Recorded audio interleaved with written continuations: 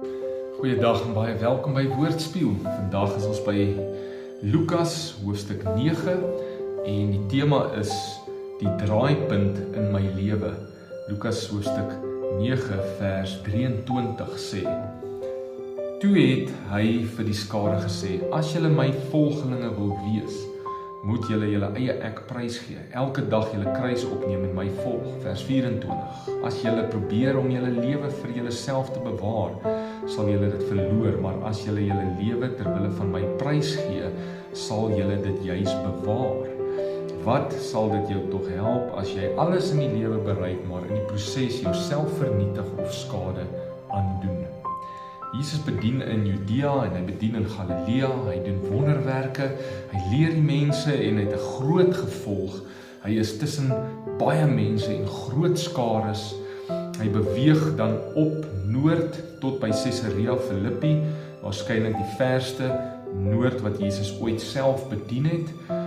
En hier waarskynlik by die grot wat bekend was as die poorte van die hel, waar 'n tempel vir die god Pan gebou was, en wat ook die oorsprong van die Jordaanrivier was. Hier openbaar Jesus die eerste maal aan sy disippels dat hy die Messias is, en dat hy in Jerusalem gaan sterf tot volëinding van God se reddingsplan. En Petrus ontvang daardie openbaring dat Jesus die Messias is daarso. En dan maak hy 'n oproep op sy disippels dat as hulle hom sal volg, sal hulle lewe kry. Maar indien hulle nie hom sal volg nie, sal hulle hulle lewe verloor. En dit was 'n keerpunt van Jesus se bediening. Want van daar af beweeg Jesus dan oos van die Jordaan af terug Jerusalem toe om gekruisig te word net 'n paar weke later. Die openbaring dat Jesus God en Redder is die keerpunt in my lewe. Daar het die poorte van die hel die houvas oor my verloor en die lewende water het uit my binneste begin uitvloei. Toe ek met daardie openbaring gekonfronteer is en ek kies om my lewe aan Jesus oor te gee en om hom te volg, in plaas van om hom te verwerp en om aan te gaan met my eie lewe. Toe ek daai keuse maak, het daar 'n keerpunt in my lewe plaasgevind. Die woord noem dit ook 'n weergeboorte wat plaasgevind het.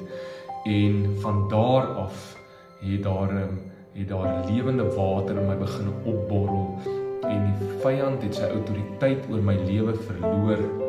Ek het my lewe aan Jesus oorgegee, ek het my lewe gevind, my ware lewe, en daarom het ek ware lewe gekry. Nie net vir eendag nie, nie net ewige lewe vir eendag nie, maar ewige kwaliteit lewe vir nou. En nou kan ek daarin stap saam met Jesus. So kom ons onthou altyd daai keuse wat ons gemaak het, en indien jy nog nie daai keuse gemaak het nie, praat met die Here daaroor en gaan worstel met daai keuse, want as jy wat help dit, jy kry die hele wêreld, maar jy verloor jou siel. Maar as jy jou lewe vir Jesus in sy hande gee, jou kruis opneem en hom volg, sal jy jou lewe vind. Kom ons bid saam. Jesus, U is die Seun van God. Ek bely dit vandag. Met my hart glo ek, U het vir my aan die kruis gesterf. Met my mond bely ek, U het opgestaan uit die dood. U is my Here en my Redder. Ek volg U, ek glo dit met my hele hart. En dankie Here dat ek daarom lewe het en dat lewe in my opborrel en uit my uitvloei, soos 'n fontein van lewende water. Amen. Mag jy 'n wonderlike dag hê tot ons weer saam kuier.